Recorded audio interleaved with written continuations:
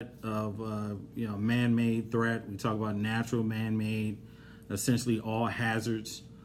Clearly, the terrorist threat has gotten heightened attention here in America ever since September 11th, 2001, the most devastating and costly terrorist attack in terms of lives lost, and it really awakened the country to the reality of terrorism in a unique way. Clearly, terrorism existed for many years, hundreds of years in reality, but clearly the devastation of that day changed the way in which we handle disasters in terms of planning and funding. So ever since 9/11, the federal government has created the Department of Homeland Security, the second biggest department in the federal government after the Department of Defense.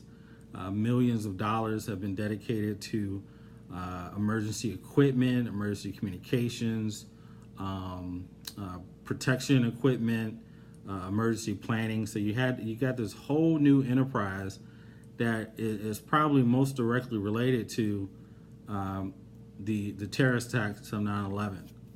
You can sort of say the devastation of a natural disaster, Hurricane Katrina, contributed to it as well, but 9/11 happened first. Hurricane Katrina happened in 2005, and so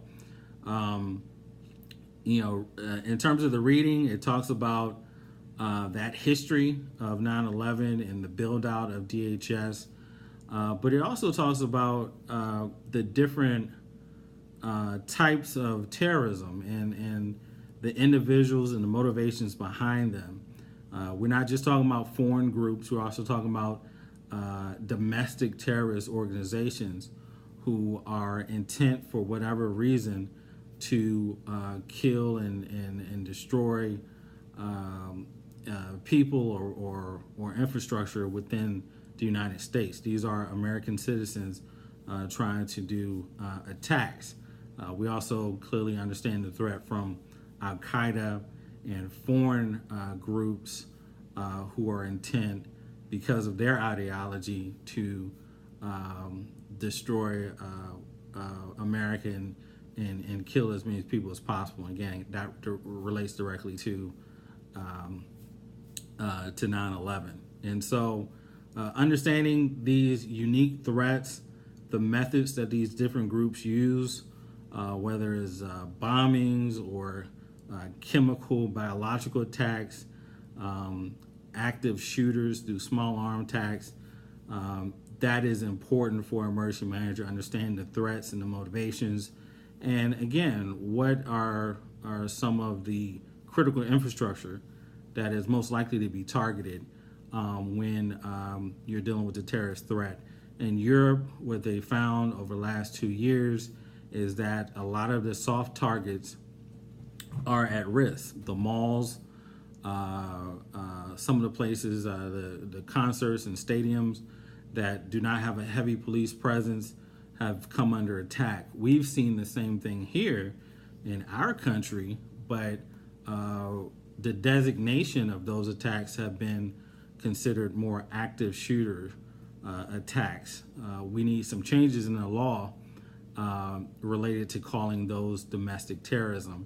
The FBI is very reluctant to designate a lot of incidences of violence on a mass scale as domestic terrorists. They, based on the law right now, it requires that there's some direct linkage to ideology.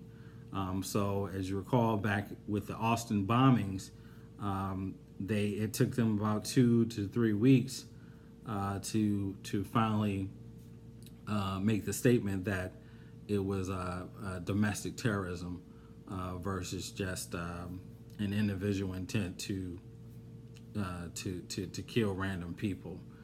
And so again, we know from Parkland, Florida, Virginia Tech, my alma mater, Connecticut, there's this rise in the threat of active shooters, individuals with guns going to mostly soft target areas and trying to kill as many people as possible.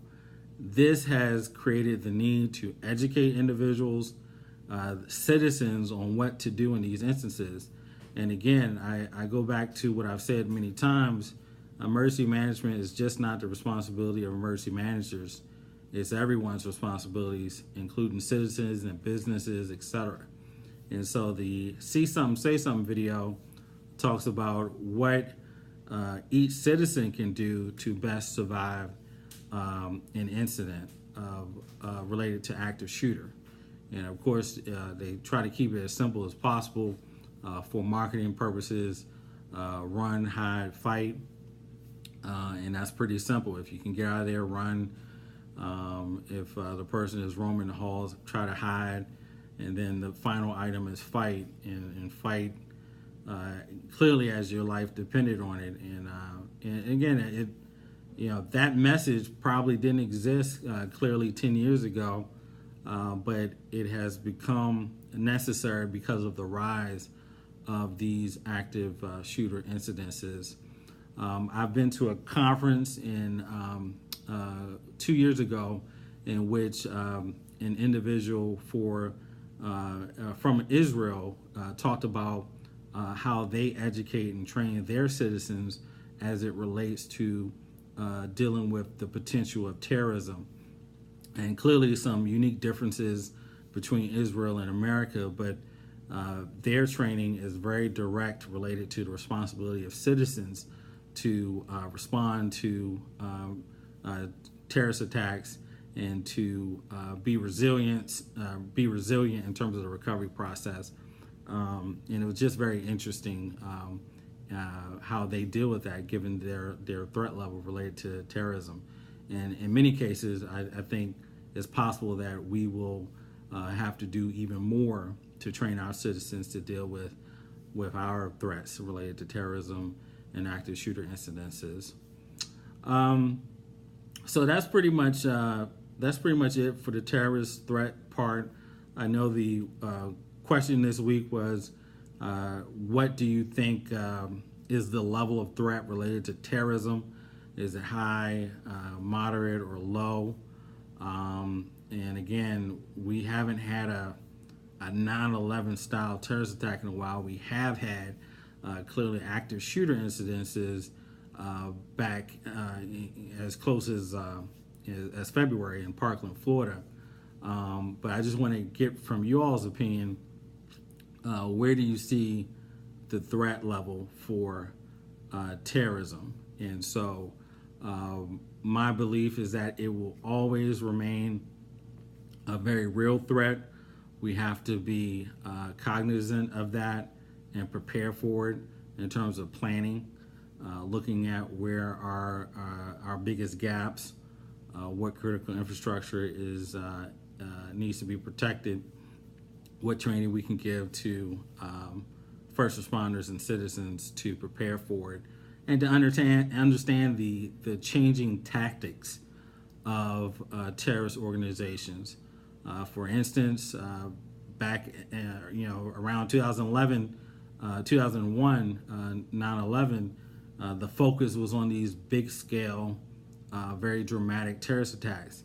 The tactics of terrorist groups, foreign-based terrorist groups, have been related to these smaller, localized attacks using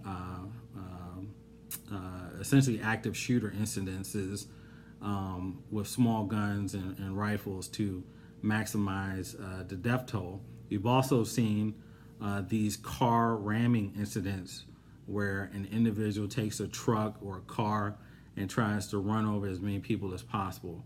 And we've seen that even here in America, New York being having occurred back in the end of last year. So as an emergency manager, you have to always be cognizant of the tactics used by terrorists and understand where, do a threat assessment to understand how those tactics could be most used against your area of responsibility, and then take steps to prepare and to mitigate against those threats. So that's all I have to say about the the 3 chapters or 3 weeks, week 11, 12, and 13.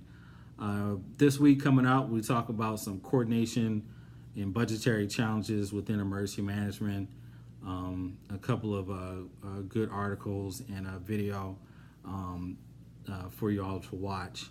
I'll post a discussion question by tomorrow, and as usual, you'll have to do an initial post and respond to 2 other classmates.